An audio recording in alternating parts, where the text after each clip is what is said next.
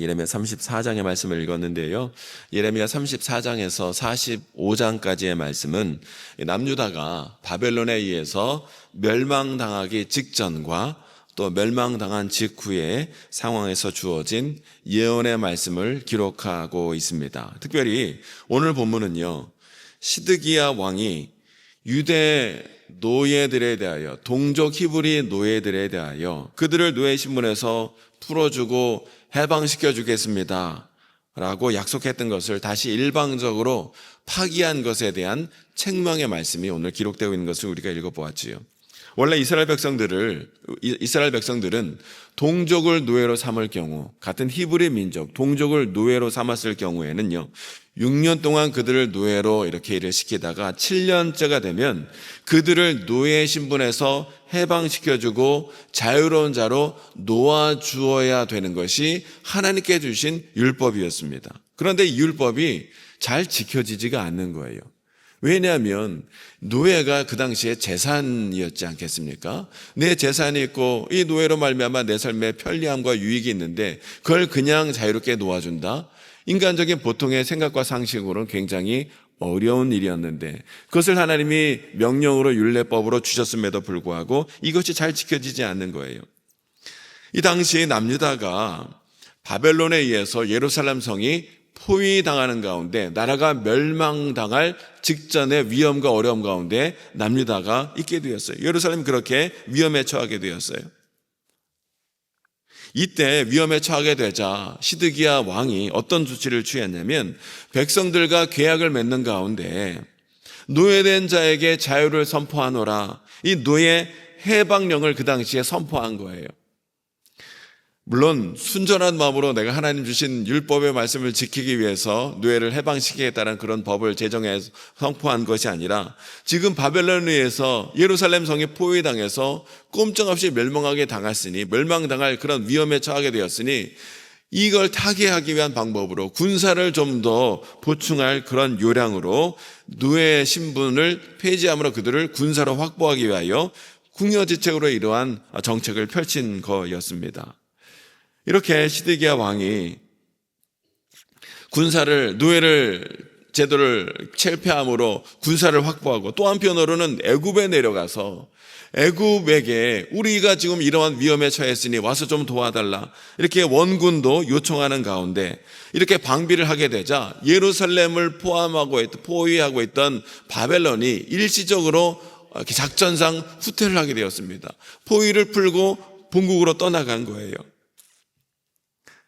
그러면 여러분, 이런 상황이 되었으면 시드기야 왕과 예루살렘 거민들은요, 어떤 생각을 해야 하겠습니까? 우리가 하나님의 뜻대로 하나님 기뻐하시는 이 율법을 지키고 하나님의 율법에 입각한 법을 만들고 선포하니까 하나님 우리에게 은혜를 베풀어 주셔서 적들이 물러가게 하고 이 좋은 은혜의 때를 우리가 맞이할 수 있도록 하나님이 인도하신 것이로구나, 이렇게 생각하는 가운데 우리가 더욱더 하나님의 말씀을 지켜야 되겠다, 율법을 더욱더 지키며 순종하는 삶을 살아야 옳았지 않았을까요? 그런데 적들이, 바벨론 사람들이 일시에 물러가게 되자 시드기야와 예루살렘 거민들, 그 관직에 있는 사람들이 어떻게 합니까? 그들이 풀어준 노예를 다시 잡아들이다가 그들을 다시 노예로 삼았다는 거예요. 때문에 하나님께서는 이 일에 대하여 예레미야 선지자를 통하여 그들을 강하게 책망하고 있는 것이 오늘 본문의 말씀입니다. 먼저 8절에서 16절의 말씀을 보면 해방된 히브리 노예들을 다시 잡아다가 포로로 잡은 일을 고발하면서 그들을 강하게 질책하고 있는데, 이스라엘 백성들은 아까 말씀드린 것처럼 동족을 노예로 삼는 경우에는 6년 지나 7년이 될 때는 다 신분을 그들을 풀어주어야 했고요.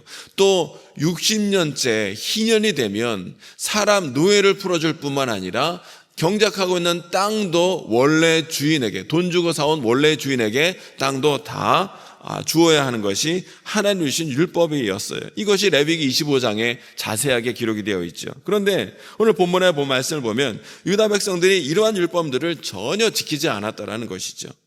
10절로 11절의 말씀을 함께 읽어보실까요? 일방적으로 파기한 유다 백성들의 모습을 우리 고발하고 있는데 10절로 11절 말씀을 함께 읽겠습니다. 시작. 이 계약에 가담한 고관들과 모든 백성이 각기 노비를 자유롭게 하고 다시는 종을 삼지 말라 함을 듣고 순복하여 놓았더니 후에 그들의 뜻이 변하여 자유를 주었던 노비를 끌어다가 복종시켜 다시 노비로 삼았더라. 아멘. 유다 백성들이 위기와 어려움 때에 노예들을 풀어주었었는데 위기가 상황이 타개가 되자 아까운 생각이 든 거예요. 자꾸 미련이 생기는 거예요. 그래서 그들을 다시 잡아다가 노예로 삼았다라는 것이죠. 일방적으로 하나님과 한 언약과 약속을 파기하고 있는 이스라엘 백성들의 모습을 보게 됩니다. 이에 대하여 15절 16절의 말씀을 보면 하나님은 뭐라고 말씀하시냐면 너희들이 이렇게 한 것은 단지 노예를 풀어줬다가 다시 노예를 삼은 그들에게 너희들이 그들을 기만한 것뿐만 아니라 여호와 하나님의 이름을 모독하며 내 이름을 더럽힌 일이다라고 강하게 질책하고 계신 것을 보게 되지요. 양심을 헌신짝처럼 벗어버리고 욕심을 채우는 데만 급급한 죄인들의 실상 민낯이 그대로 드러나는 것을 우리 유대의 거민을 통해서 보게 되더라는 거예요. 때문에 하나님께서 이들에 대하여 어떻게 하시겠다 말씀하십니까? 너희가 수치를 모르고 이러한 악을 행하였기 때문에 너희가 행한 그 수치를 그대로 당하도록 내가 행하겠다 말씀하시는 하나님의 심판의 말씀이 주어지고 있는 것을 보게 됩니다. 17절의 말씀을 한번 읽어보실까요? 17절 시작. 그러므로 여호와께서 이와 같이 말씀하시니라. 너희가 나에게 순종하지 아니하고 각기 형제와 이웃에게 자유를 선포한 것을 실행하지 아니하였은즉 내가 너희를 대적하여 칼과 전염병과 기근에게 자유를 주리라. 여호와의 말씀이니라. 내가 너희를 세계 여러 나라 가운데 흩어지게 할 것이며 아멘. 너희들이 노예에 대하여 자유를 선포해 놓고 다시 그것을 일방적으로 파기하여 그들을 노예로 삼는 가운데 너희 마음대로 방종하는 삶을 살았기에 내가 이제부터 너희를 대적하는 모든 것에 대하여 자유를 주어서 그것이 너희를 공격하고 괴롭히게 하겠다고 하나님의 심판의 말씀을 하시는 것을 보게 됩니다. 그동안은 하나님이 칼이라든지 대적이라든지 전염병이라든지 기근이라든지 이스라엘 백성들을 괴롭히는 모든 대적들을 하나님이 강하게 붙들어 주심으로 이스라엘 백성들을 지키고 보호해 주셨으나 너희들이 내 말을 듣지 않고 그렇게 일방적으로 약속을 파기하는 가운데 방종하는 삶을 살았으니 내가 너희를 공격하는 것들을 모든 것들을 막아놓은 것들에게 자유를 주어서 너희를 공격하게 하리라. 그래서 칼이 전염병이 기근이 너희를 공격하여 너희가 고통 가운데 있고 결국 세계 여러 나라도 흩어지게 하리라 하나님 말씀하시는 거예요. 여러분 우리가 자유를 좋아하지만 여러분 참된 자유는요 내 마음대로 아무렇게나 산다고 해서 그게 참된 자유가 아니라는 거예요. 여러분 나에게 자유가 있다고 해서 아무 데서나 쓰레기 버리고 내가 기분 나쁘다고 아무 사람이나 가서 막 시비 걸고 때리고 폭행하고 이것이 여러분 참다운 자유입니까? 아니라는 거예요. 법과 질서에 따라 살아갈 때 참다운 자유가 우리에게 주어지게 되리라는 것이죠. 여러분 우리는요 죄와 사망이 왕노릇하는 것에 우리가 묶여 있다가 예수님의 십자가 부활의 은혜로 말미암아 죄와 사망에서 건지심을 받고 영원한 생명과 하나님의 의가 있는 하나님 나라로 옮겨진 자가 되었다라는 거예요. 때문에 우리는 하나님 백성이 되었기 때문에 하나님 백성에게 있어의 참된 자유는 내 마음대로 살아가는 것이 아니라 하나님 나라의 말씀과 율법대로 살아갈 때 하나님 백성은 참된 자유를 누릴 수 있게 되리라는 거예요. 그러나 이렇게 율법을 일방적으로 파기하고 자기 마음대로 방종했던 유다 백성들에게 하나님의 무서운 심판이 임하고 있는 것을 보게 되지요. 여러분 이스라엘 백성들이 당시에 언약을 체결할 때 어떻게 언약을 체결합니까? 송아지 희생제물을 둘로 쪼개놓은 가운데 언약의 두 당사자가 쪼개놓은 그 희생제물 사이를 지나가면서 언약을 체결하게 됩니다. 무슨 의미입니까? 내가 이 언약을 목숨 걸고 지키겠다는 뜻이에요. 내가 이 언약을 지키지 않으면 찢어진 희생제물처럼, 찢어져 죽은 이 희생제물처럼 내가 죽음까지도 감수하겠노라. 그런 각오로 내가 이 언약을 지키겠노라 하면서 언약을 체결했지요. 창세기 15장에 보면 하나님이 아브라함과 언약을 체결하는 장면도 그렇게 나옵니다. 희생제물을 쪼개어 놓고 그 사이를 지나가는데 단지 다른 점이 있다면 창세기 15장에 나오는 아브라함의 언약은 하나님의 일방적인 은혜의 언약이었습니다. 아브라함은 지나가지 않고 하나님께서 타는 불의 형상으로 쪼개놓은 희생제물 사이를 지나가시는 가운데 내가 이 약속을 영원히 지켜야겠노라 하나님이 약속을 언약을 맺어주신 거예요. 근데 지금 히드기야는요, 노예를 줄 정도의 재력과 권력이 있는 이스라엘 당시의 고관들, 내시들, 제사장들, 백성들을 모두 모아서 희생제물 소가지를 둘로 쪼개어 놓고 그 사이를 지나가는 가운데 하나님과 언약을 체결했다는 거예요. 이렇게 엄중하게 우리가 하나님과 언약을 지키겠습니다, 언약을 체결하였건만 그들이 잠깐 바벨론 군대가 물러가고 위기와 어려움이 해소되는 상황이 있게 되자 언제 그랬냐는 듯, 언제 언약을 체결했냐는 듯 자신들이 풀어준 노예를 다시 잡아들이는 가운데, 노예를 삼는 가운데 하나님과의 언약을 일방적으로 파기하는 모습을 보이고 있더라는 거예요.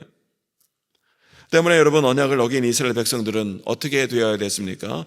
둘로 쪼개놓은 송아지와 같이 그들이 그렇게 될 수밖에 없었다는 거예요. 그래서 하나님은 뭐라고 말씀하십니까? 너희들의 십자가 공중의 새와 땅의 짐승의 먹잇거리가 되게 할 것이라, 이렇게 말씀하셨는데 결국 유다 백성들이 어떻게 됩니까? 하나님께서 말씀하신 대로 바벨론에 의해서 완전히 고난당하는 가운데, 고통당하는 가운데, 찢기는 가운데 나라가 멸망당하고 포로로 흩어지는 심판을 당한 것을 우리가 보게 되는 거예요. 여러분, 하나님 말씀은 영원토록 변함이 없으신 진리의 말씀이신 줄로 믿습니다. 우리가 하나님 말씀을 파기하면 하나님께서 세워주시고 하나님이 정해주신 그 말씀의 법에 따라 우리는 그렇게 인도함 받을 수밖에 없다는 거예요. 그러나 여러분, 예레미야의 예언대로 70년의 세월이 흐르자 포로로 끌려갔던 이스라엘 백성들이 하나님의 전적인 은혜로 다시 고향 땅 고국으로 돌아올 수 있게 된 거예요. 전적인 하나님의 은혜이지요. 때문에 여러분, 이렇게 전적인 하나님의 은혜로 70년 만에 다시 포로에서 해방되어 고향 땅으로 이스라엘 백성들이 돌아왔다면, 여러분, 다시 돌아온 이스라엘 백성들이 어떻게 살아야 또한 맞았습니까? 하나님 말씀에 더욱더 순종하는 가운데 하나님 말씀과 뜻과 율법대로 그들이 살아야 하지 않았을까요?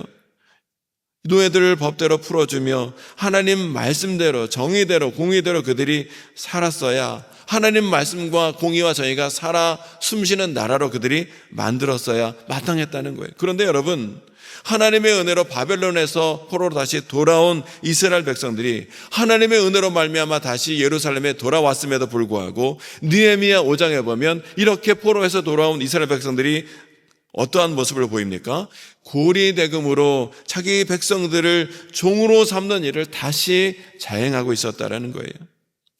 유다 백성들이 하나님과의 언약과 율법을 지키지 않아서 나라가 망하게 되었고, 하나님의 은혜로 다시 돌아왔음에도 불구하고 이들은 또다시 하나님과의 약속과 언약을 일방적으로 깨는 일을 그들이 반복하고 있었더라는 것이죠. 참으로 어리석고 완악하고 완고한 백성이 아닐 수 없음을 보게 되지요. 그런데 여러분, 우리가 오늘 이스라엘 백성들만 탓하는 것이 아니라 가만히 우리들의 모습을 되돌아보면 우리도 이 이스라엘 백성들과 유다 백성들과 크게 다르지 않는 모습을 우리가 발견하게 되는 거예요. 하나님이 나와 언약을 맺어주시는 가운데 영원한 생명으로 우리를 인도해 주시기 위하여 많은 말씀과 율법과 율례를 우리에게 주셨음에도 불구하고, 하나님, 내가 이 하나님의 말씀대로 율법대로 내가 살아가겠습니다, 여러 차례 약속을 했음에도 불구하고 오늘 우리는 이 유다 백성들과 같이 습관적으로 주님과 맺은 언약과 말씀과 약속들을 계속적으로 파기하고 어기고 깨트리고 순종하지 못하며 살아가는 우리들의 모습을 우리가 보게 된다는 거예요. 때문에 여러분, 원칙적으로 한다면 언약을 깨트린 우리들은요, 유다 백성들과 같이 언약을 깨트린 자들로서 마땅히 쪼개진 짐승처럼 그런 최후를 맞이하는, 불쌍하고 끔찍한 최후를 맞이하는 그런 존재들이었다라는 거예요. 왜냐하면 하나님께서 아담과 언약을 맺으실 때에 너희가 언약을 깨트리면 정령이 죽으리라 말씀하셨기 때문이에요. 그러나 우리의 구원자 되신 예수 그리스도께서 십자가 위에서 우리 대신 고난받고 찢기시고 피 흘리시고 고난받으심으로 말미암아 우리가 찢기고 고난받고 영원한 심판과 저주를 받아야 하는 우리를 대신해서 예수님께서 십자가 피 흘려 죽으셔 고난당하심으로 우리를 죄와 사망에서 벗어나 영원한 생명과 의로 인도함 받는 구원의 은혜를 누리는 자로 오늘 우리가 살아가고 있는 줄로 믿습니다. 여러분, 이 십자가 은혜와 사랑이 우리에게 그래서 얼마나 귀한 것인지 모른다는 거예요.